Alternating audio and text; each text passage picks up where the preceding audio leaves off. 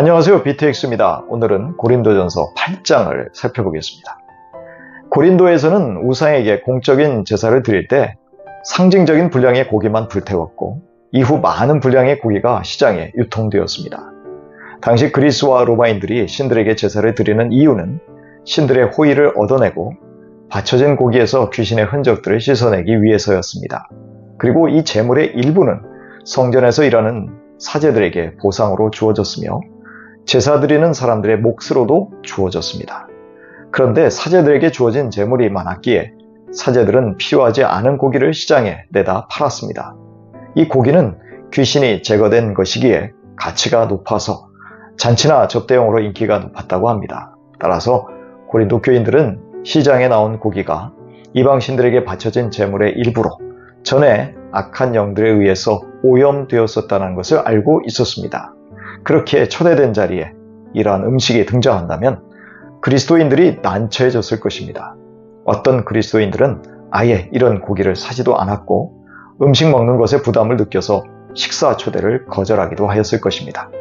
그러나 어떤 그리스도인들은 성숙하였기에 그런 미신에 개의치 않고 자유롭게 고기를 먹었으며 전혀 양심에 거리낌도 없었습니다.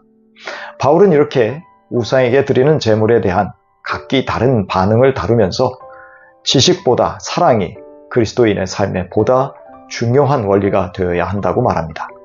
성숙한 자유인으로서 눈치 볼 것 없이 거리낌 없이 행동하기보다 연약하고 덜 성숙한 형제들을 배려하여 자신의 자유를 제한하라는 것입니다.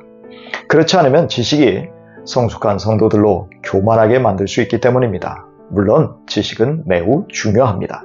올바른 지식이 있어야 신앙생활의 방향성도 바르게 가질 수 있기 때문입니다.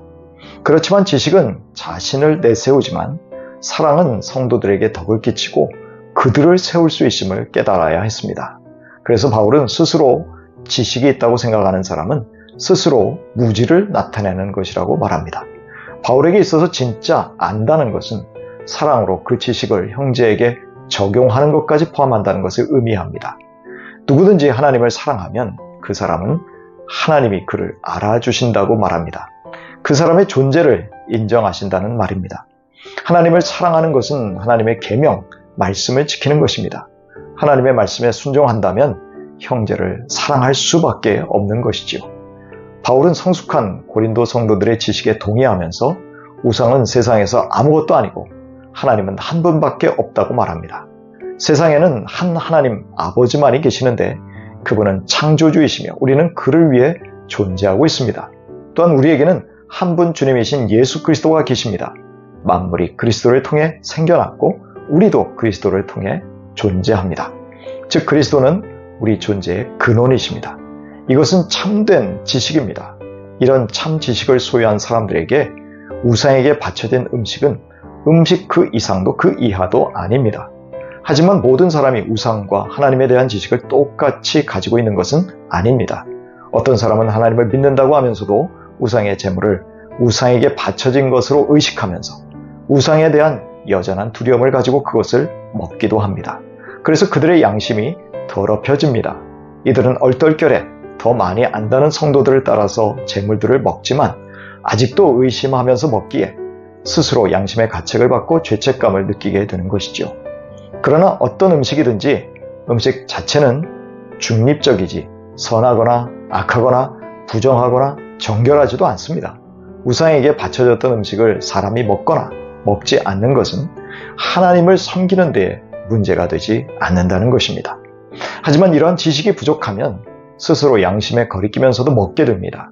그러니 바울은 각자 자기의 믿음을 확신하며 먹고 마시라고 한 것입니다. 부정하다고 생각하면 안 먹으면 되고 아무 상관없다고 생각하면 자유롭게 먹으면 됩니다. 확신도 없이 양심의 가책을 받고 먹고 마시는 것이 죄를 짓는 것이라고 바울은 단언합니다. 그렇게 바울은 바른 지식을 가진 성숙한 형제들이 사랑으로 지식이 부족하고 믿음이 약한 자들에게 걸림돌이 되지 않아야 한다는 것이죠. 바울은 아직 신앙적으로 미성숙한 형제가 성숙한 형제 흉내를 내면서 먹다가 양심의 가책을 받고 죄를 짓게 될 수 있다고 말합니다. 그렇게 되면 성숙한 형제의 지식 때문에 미숙하고 약한 형제가 멸망하게 될 수 있다고 경고하고 있습니다. 여기서의 멸망은 죄를 짓게 되는 것을 의미합니다. 바울은 성숙한 형제 때문에 죄를 짓게 된 약한 형제는 그리스도께서 위하여 죽으신 형제로서 대단히 귀중한 존재임을 상기시킵니다. 그 귀중한 형제에게 죄를 짓는 것은 곧 그리스도에게 죄를 짓는 것이라는 강력한 경고를 하고 있습니다. 그래서 바울은 음식 문제로 형제를 죄짓게 할 가능성이 있다면 자신은 영원히 고기를 먹는 자유를 포기하겠다고 말합니다.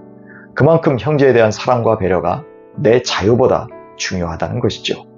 바울은 그리스도의 피값으로 구원받은 형제 자매를 희생시키면서 그리스도인의 자유를 결코 사용해서는 안 된다는 것을 강조하고 있습니다. 예수님은 약한 형제를 걸려 넘어지게 하는 사람에게 재앙을 선언하셨습니다. 마태복음 18장 6절 이하입니다. 나를 믿는 이 작은 사람 가운데서 하나라도 걸려 넘어지게 하는 사람, 누구라도 차라리 그 목에 큰 맷돌을 달고 깊은 바다에 빠지는 편이 낫다. 사람을 걸려 넘어지게 하는 일 때문에 세상에는 화가 있다. 걸려 넘어지게 하는 일이 없을 수는 없으나 걸려 넘어지게 하는 일을 일으키는 그 사람에게는 화가 있다. 에베소서 3장 14절 이하입니다. 그러므로 나는 아버지께 무릎을 꿇고 빕니다.